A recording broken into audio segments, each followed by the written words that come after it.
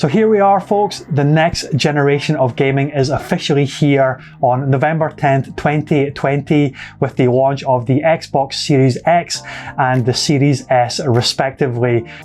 Let's have a look at the exterior of the box. As you can see on the front, we've got some really cool diagram here, which is the vents from the top of the console. And this actually functions as a little bit of an optical illusion. When you tilt it, it looks like this green pulse circle is emanating from the center. So we're gonna have a little bit of fun with that. We spin it around. Sadly, sad face, we have the Master Chief. He was supposed to be here, present, and on the line of duty for the launch, but unfortunately he is a little bit AWOL at the moment, so maybe he's off trying to save Cortana on one of the Halo rings. But we've got him to look forward to at a future point for when Halo 6 eventually does actually release for this console. And I am excited for that, but I'm disappointed that he's not here on the launch day. But around the other side, we have some of the specs for the machine as well. It's touting 4K 120 FPS, 8K HDR. We have the 1TB solid state drive. We have variable refresh rate, 4K Blu-ray, and Xbox's own Velocity architecture. So that is a quick pan around the box, but let's dive into the inside and unbox this thing. Oh, hello. So let me just close that back up and spin it around for you so you can get a really good look at this as well. Look at this. So fight.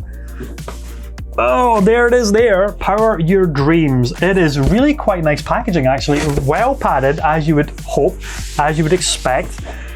And we have, oh my goodness, the Power Your Dreams logo. We've got some foam inserts like crazy here. Oh my God, it is so heavy. Hold on. Oh, Jesus, a beast. Wow. Okay. Let's take a look at this. So if I tilt this up so you can see it. There you go. Power Your Dreams, everybody. It is very nicely presented. I'll give it that. Take the styrofoam off. Oh my goodness. It is so heavy. My goodness, look at this thing. Oh, jeez, it is a beast and a half. As you would expect, of course. So let's get this off. That's the little belly band. Take that to the side, and now we will take off the tissue paper. Okay. Oh, okay. Oh, it's actually, this is the base, I think. There's the base there, there's the stand. Let's lift this up. Okay, hold on, check this out. So, oh, there it is there. Wow, look at that. I have to admit, now that I'm seeing it in the flesh, it has this 2001 Space Odyssey monolith kind of thing about it.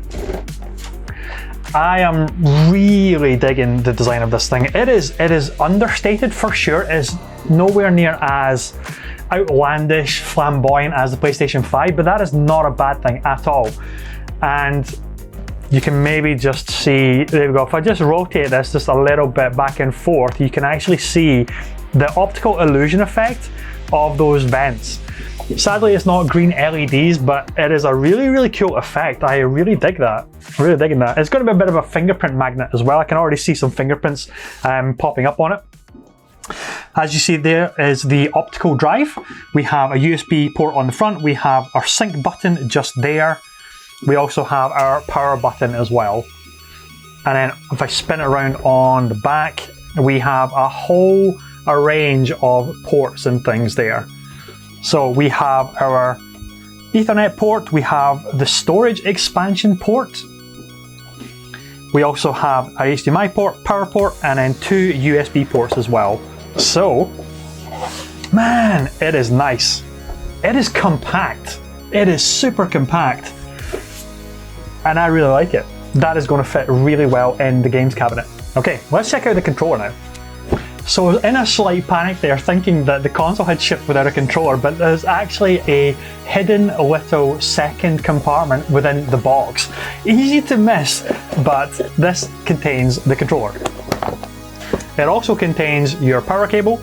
There is your HDMI cable. Now apparently this is an HDMI 2.1 cable, so use this one. It is recommended that you use this for all your 4K gaming, and if you're lucky enough to have a display that can render 120 FPS, then keep this cable. Don't switch it out for a standard one, just because you maybe have HDMI cables already plugged into your TV, switch it out and use this one, because this is a high grade, high speed HDMI 2.1 cable. Keep a hold of this. Now it's time for the controller. Okay, so this is the controller, just there. You can get a really good look at that.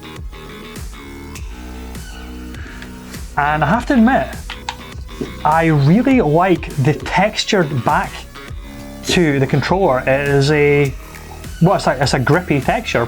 So you have a flat, I would say, hard polycarbonate.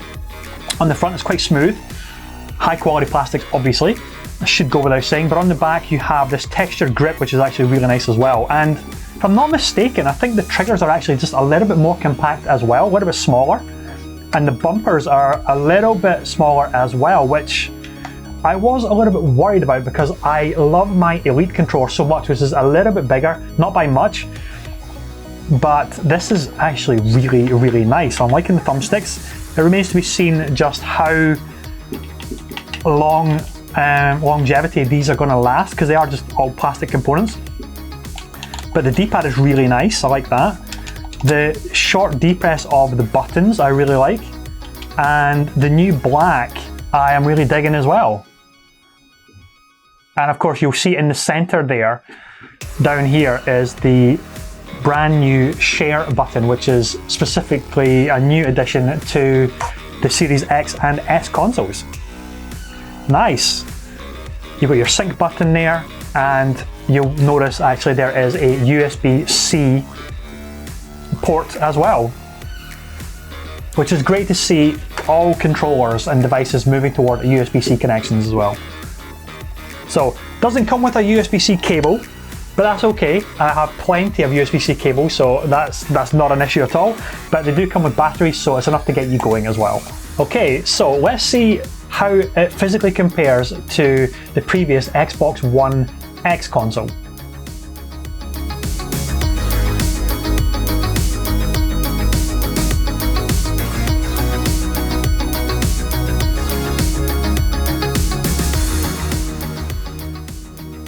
Okay, so as you can see, we have a side-by-side comparison between the new Xbox Series X and the outgoing Xbox One X console. And you can see, size-wise, height, there's not much in it, to be honest. Height-wise, it is just a fraction bigger than the Xbox One X. In fact, it's almost identical, but the real size difference comes within the actual depth of the console as well. You can see that this is actually really quite wide, whereas the Series X is a cube pillar.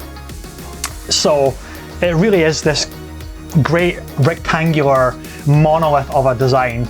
And for some reason, I always think that the One X looked better when it was on its side, kind of lying flat, whereas whilst you can actually display the Series X on its side like a fire log, or something odd like that. In fact, it's supposed to go this way, beg your pardon. There we go. It has feet, just here, little rubber feet there to go on the bottom, therefore the disk drive is at the top. I don't know, I'm not a big fan. I'm not a big fan of it on its side. I think it just looks way more impressive, way more striking when it is actually up on its end. And for some reason, you've got the Xbox logo on the top here, which if it's in a cabinet, you're obviously not going to see that, it's going to be covered. And you've got your start button and things there. But I just prefer the vertical standing up approach. I think it just looks so much better. Interesting. So in terms of the actual controllers, so we have the Xbox Series X controller here, and we have the Xbox One X controller in Robot White. This will obviously still work with the Series X, but as you can see, there is just one real difference, and that is the share button. That is the big change. But there are a lot of much more subtle changes which I want to talk about as well. So the first thing that I noticed is this, the One X controller. I'm going to get confused between Series X and One X, so I apologize if I slip up. The One X controller is just a little bit bulkier. It's so marginal though, but it's just enough to actually notice it, than the Series X. The Series X just feels a little bit more compact, you may notice, if I try and get a close-up here, you may actually notice that the edges of the Series X controller are much straighter, whereas the outgoing One controllers, there's a slight curve to it, but not much. We're talking marginal changes here. The triggers, it feels like there's much more travel on the triggers in the outgoing controller, whereas these, the length of the triggers themselves feels shorter and the travel feels just fractionally shorter as well. Now, a big change that I'm actually really happy with is the bumpers. The outgoing controller has bumpers which almost wrap around the sides. They come just a little bit too far for me to the edges, to the corners, whereas the Series X controller, the buttons are much more like on the top of the controller with a very kind of marginal wrap to the corners there. But it feels like it's much more at the top of the controller rather than top and wrapping around on a curve. They feel a lot flatter as well, which I really like.